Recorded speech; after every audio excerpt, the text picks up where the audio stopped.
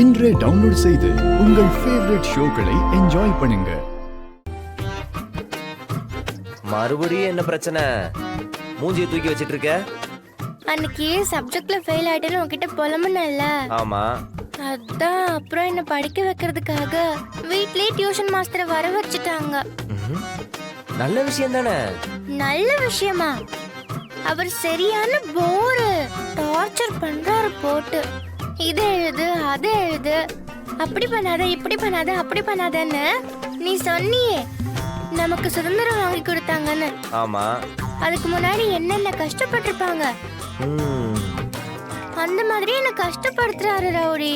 Torture தாங்க முடியல. எனக்கு சுதந்திரம் வாங்கி கொடுக்க யாருமே இல்லையா?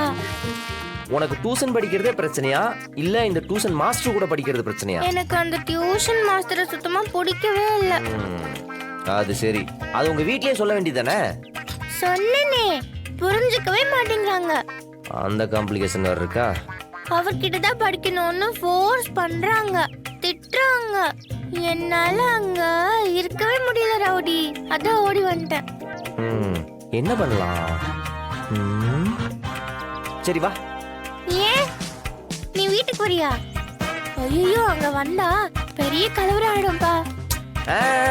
வீட்டுக்கு இல்ல, கடைக்கு. கடைக்கா? ஆமா வா. வாங்க, என்ன வேணும்? அண்ணா, அந்த கடலை முட்டை 2 கொடுங்க. அதை தரேன்.